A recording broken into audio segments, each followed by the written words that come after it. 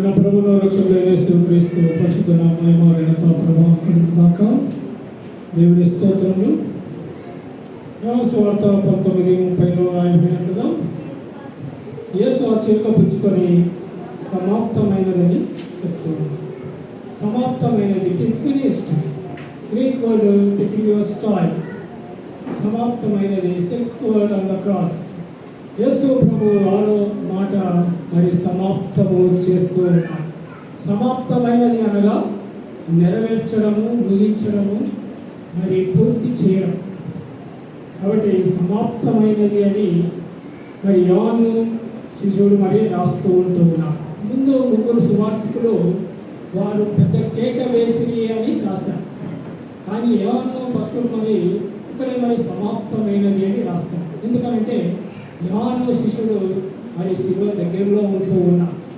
ఆ కేక మరి అది సమాప్తమైనదని విజయ కేక, విజయ ధ్వని వినిపించి ఉంటుంది. అంటే ఇది సమాప్తమైనది అంటే తన అయిపోయింది నా పని అనడం కాదు.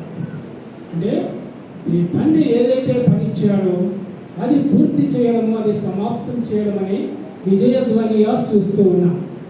ఆ పనిని మరి పూర్తి చేసి ఉంటూ ఉన్నాం. కాబట్టి అది సమాప్తమైనదని విజయధ్వనిగా కేక వేస్తూ ఉంటూ ఉన్నాం, సమాప్తం చేస్తూ ఉంటూ ఉన్నాం. 17:4లో చేయటం నీవు నాకు ఇచ్చిన పని నేను సంపూర్ణంగా నెరవేర్చి భూమి మీద నిన్ను మహిమపరచుకుని అంటున్నాడు. తండ్రి తనకిచ్చిన పనిని భూమి మీద సంపూర్తిగా నెరవేర్చి ఉంటూ ఉన్నాడు. ఏం నెరవేర్చి ఉంటున్నాడు? భూమి మీద జన్మించిన తర్వాత మరి ఆ యొక్క మరి ఎదుగుతూ ఉంటే మరి తల్లిదండ్రులను చూసుకున్నాడు, మరి ఇంటి బాధ్యత వహించాడు, మరి అవన్నీ కూడా చేశాడు. సేవకు వచ్చినప్పుడు మరి సేవలో మరి తండ్రి పనులు అనేకంగా చేసి ఉంటూ ఉన్నాడు. ఆయన మరి అనేకమైన అద్భుతాలు చేసి ఉంటూ ఉన్నాడు. దేవుని మహిమపరిచాడు. స్వస్థతలు, అద్భుతాలు, ఆశ్చర్యాలు, సూచక్రియలు అనేకంగా చేసి దేవుని రాజ్యాన్ని ప్రకటించి ఉంటూ ఉన్నాం. ఈ పని అంతా కూడా తండ్రి యేసు ప్రభువుకి అప్పగించి ఉంటున్నాడు. కాబట్టి అవన్నీ కూడా చేసి ఉంటూ ఉన్నాం. ఆ పనులన్నీ కూడా మరి యేసు ప్రభు నెరవేర్చి ఉంటున్నాడు, సంపూర్తిగా నెరవేర్చాడని మనం చూస్తూ ఉంటున్నాం. అదేవిధంగా 6:38లో యోహాను సువార్త 6:38లో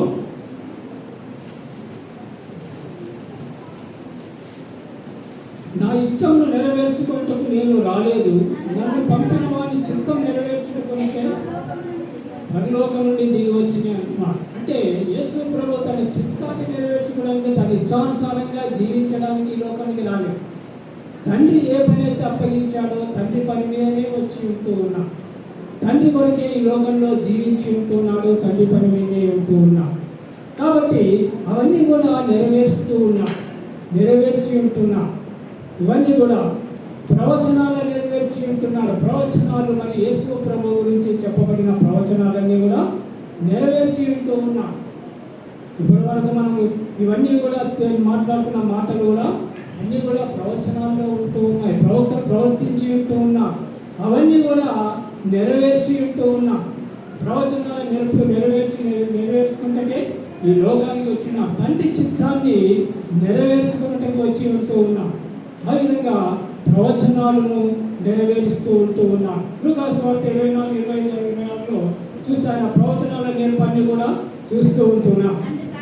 అందుకు ఆయన అవివేకులారా, ప్రవక్తలన్నింటినీ చెప్పిన మాటలని నమ్మని మందమతులారా, క్రీస్తులాగా శ్రమపడి తన మహిమలో ప్రవేశించడం అగాధ్యము కాదా అని వారితో చెప్పి, మోషేయు సమస్త ప్రవక్తలను మొదలుకొని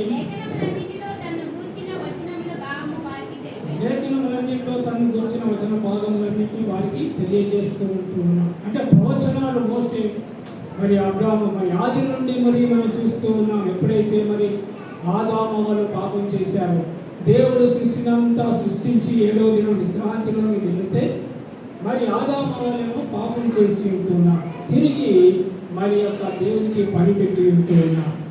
ఆదికాండం 3:14 చూసినట్లుగా సాతాను యొక్క తలను చిరగదొక్కడానికి మరి అప్పటి నుండి ప్రణాళిక వేయబడి ఉంటూ ఉన్నాయి.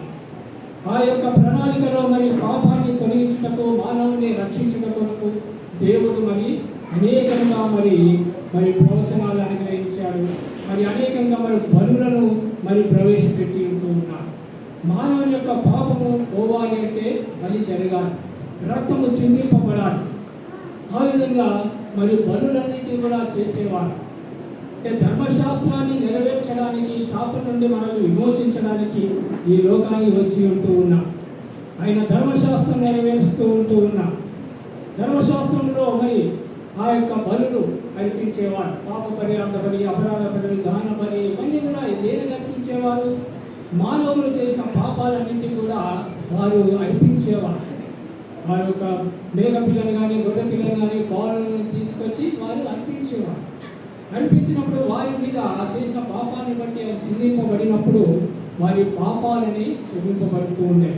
అవి తాత్కాలికంగా క్షమింపబడుతూ ఉంటూ ఉన్నాయి. వారికి అంటే పాపము పోవాలంటే బలి జరిగించాలి అనే ఉద్దేశం. మన పాపాలన్నీ కూడా మరి పోవాలంటే బలి జరిగించాలి. తాత్కాలికంగా వారు ధర్మశాస్త్రంగా చేస్తూ ఉండేవారు. కాబట్టి ధర్మశాస్త్రాన్ని పూర్తిగా నెరవేర్చడానికి ఆయన ఈ లోకానికి వచ్చి ఉంటున్నాడు. మత్తయి సువార్త 5:17 మనం అక్కడ చూస్తే, మత్తయి సువార్త 5:17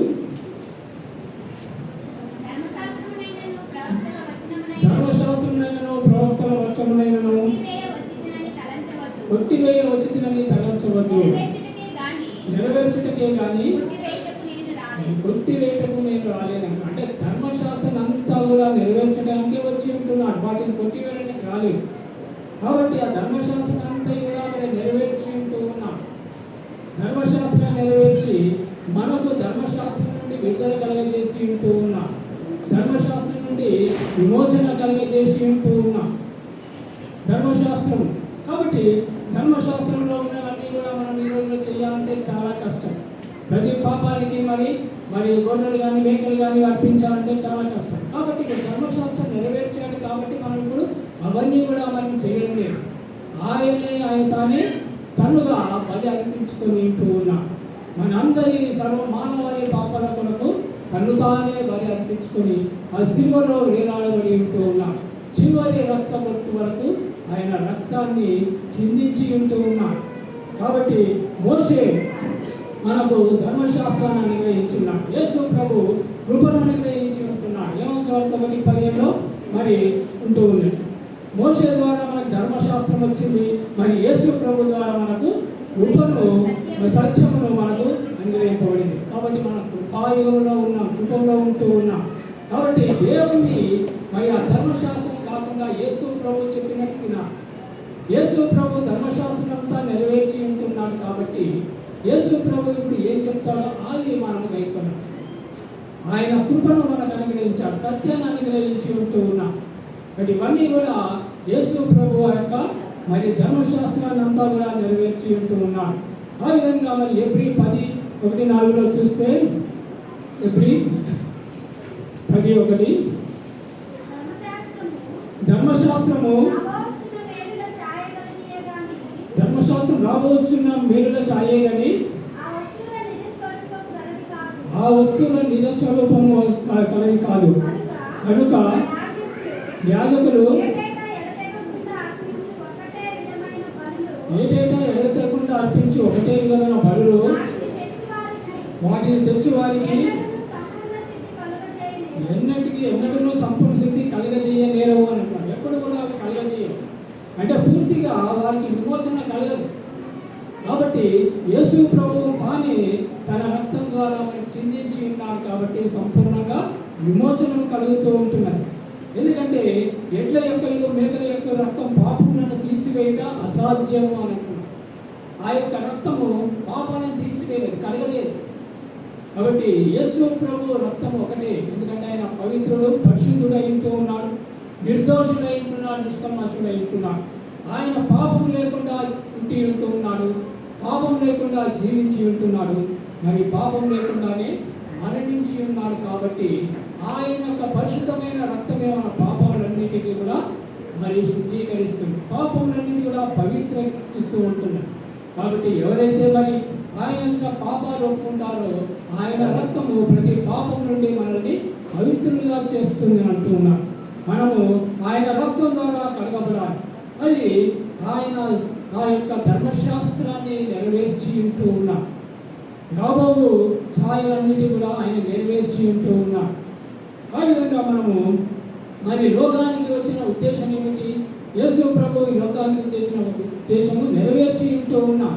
ఆయన వచ్చిన దేని కొరకు? మన పాపం నుండి మనల్ని రక్షించడం కొరకు వచ్చి ఉంటూ ఉన్నాం.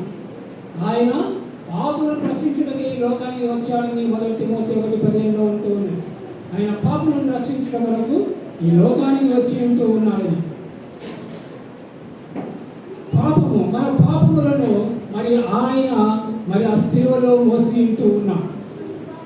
ఆ విధంగా పాపము మన రుణాలన్నీ కూడా మరి ఆ శిలువలో తీర్చివేసి ఉంటూ ఉన్నాం.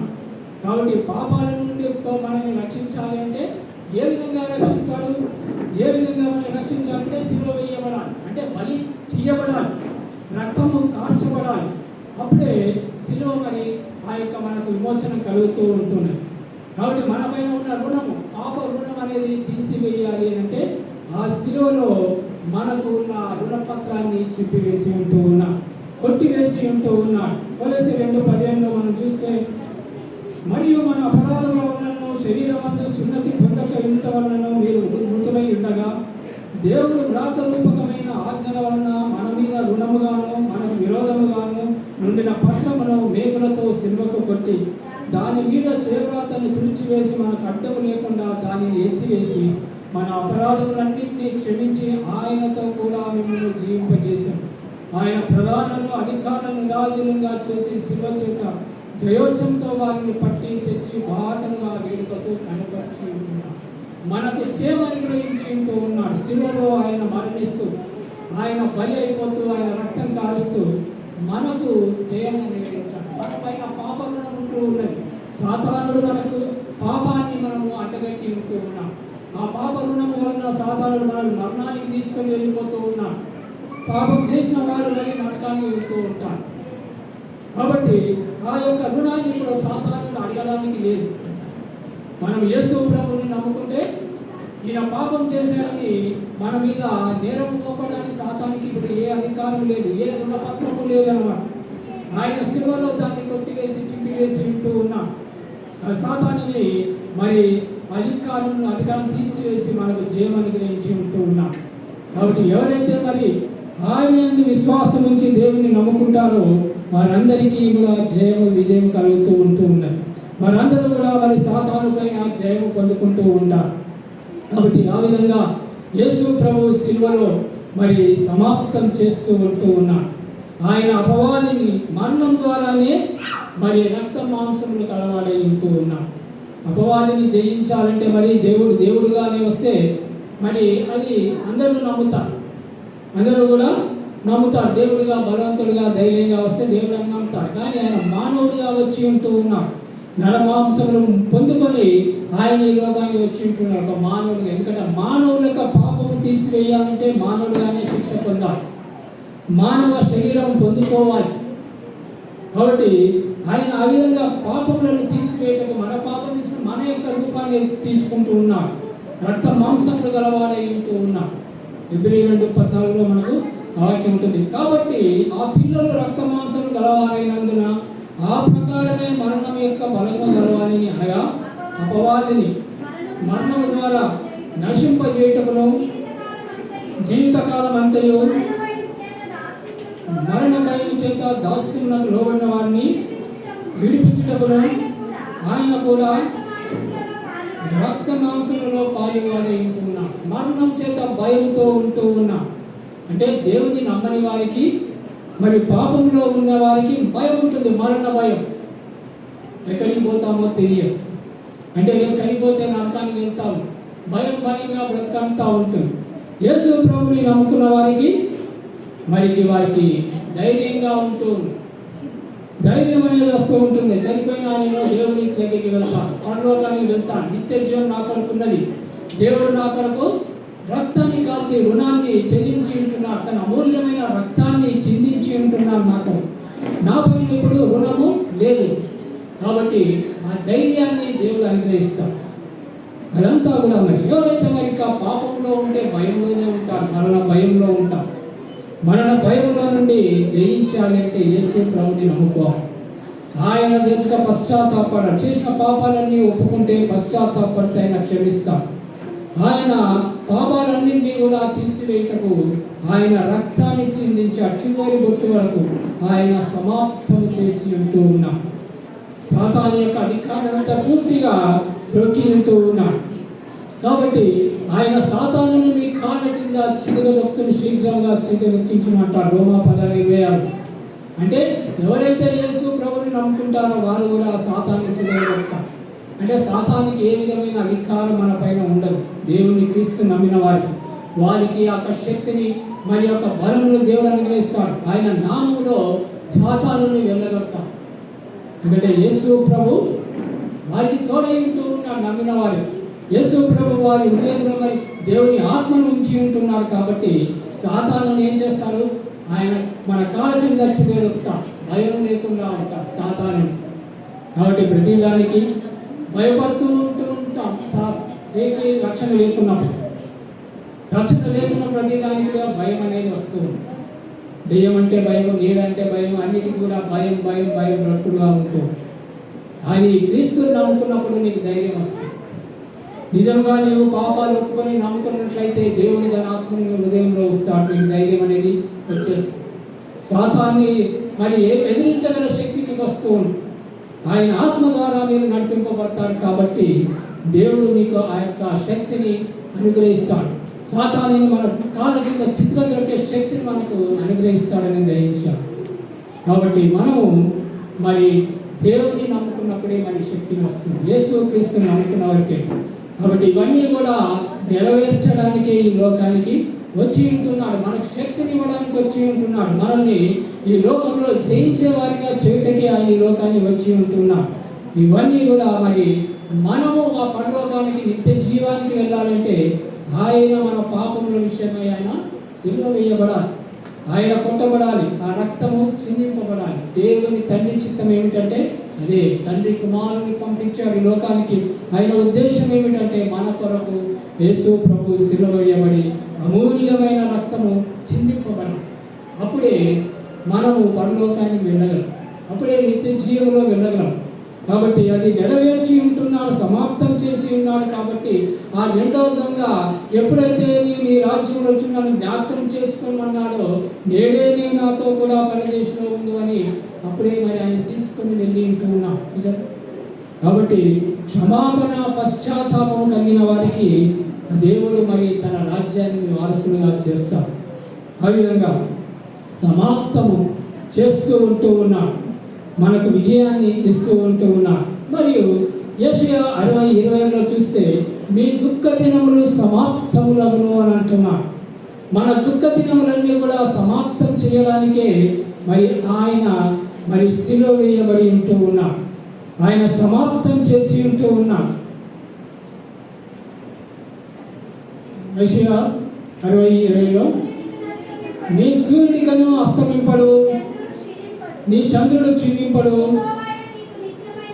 యెహోవాయే నీకు నిత్యమైన వెలుగుగా ఉండును, నీ దుఃఖ దినములు సమాప్తములుగా అంటున్నాడు. యేసు ప్రభుని నమ్ముకున్నప్పుడు మరి దుఃఖ దినాలు సమాప్తం అయిపోతుంది. ప్రతిదానికి దుఃఖించడము సమాప్తం అయిపోతుంది.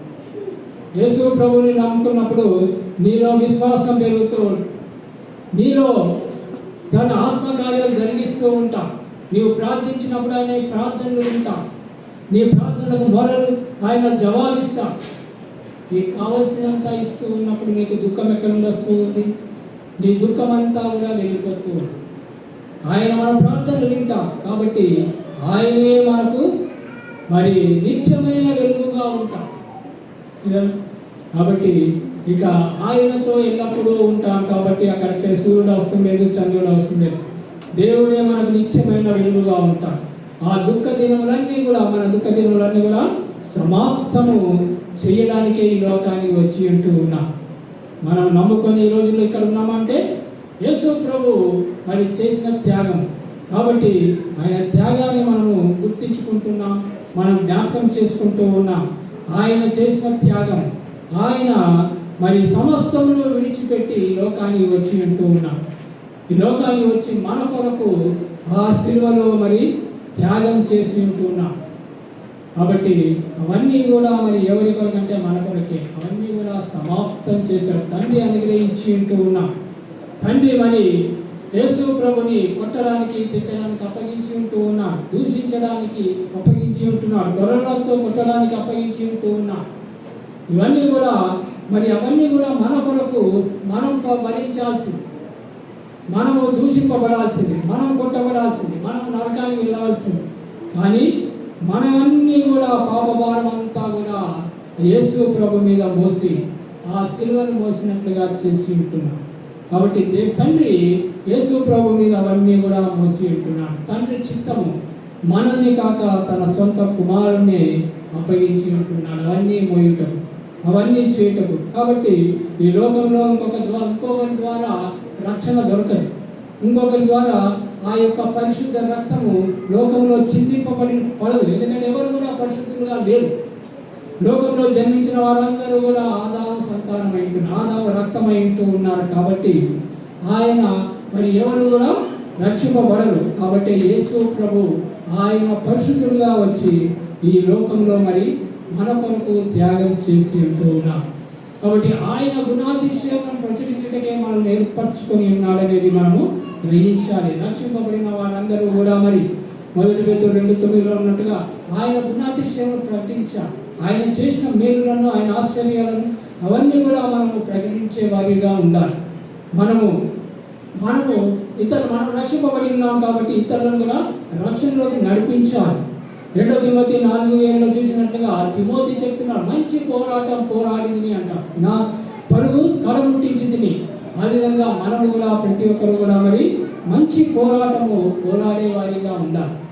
మన జీవితంలో మన దేవుడు మనం రక్షించినందుకు మనం కూడా దేవునికి సాక్షులుగా ఉండి ఈ లోకంలో మంచి జీవితం జీవిస్తూ మనము కూడా పవిత్రంగా పరిశుద్ధంగా జీవిస్తూ దేవునికి సాక్షులుగా ఉండి అనేకులను రక్షణలోకి నడిపిస్తూ అనేకులకు మాదిరిగా జీవించాలి.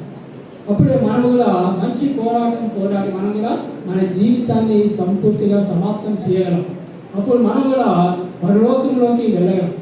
ఆ విధంగా మనం కూడా దేవుడు మనకు మంచి పోరాడంగా మనకు దయచేయునుగాక. దేవుడు మిమ్మల్ని అందరినీ ఆశీర్వాదించి దీవించునుగాక.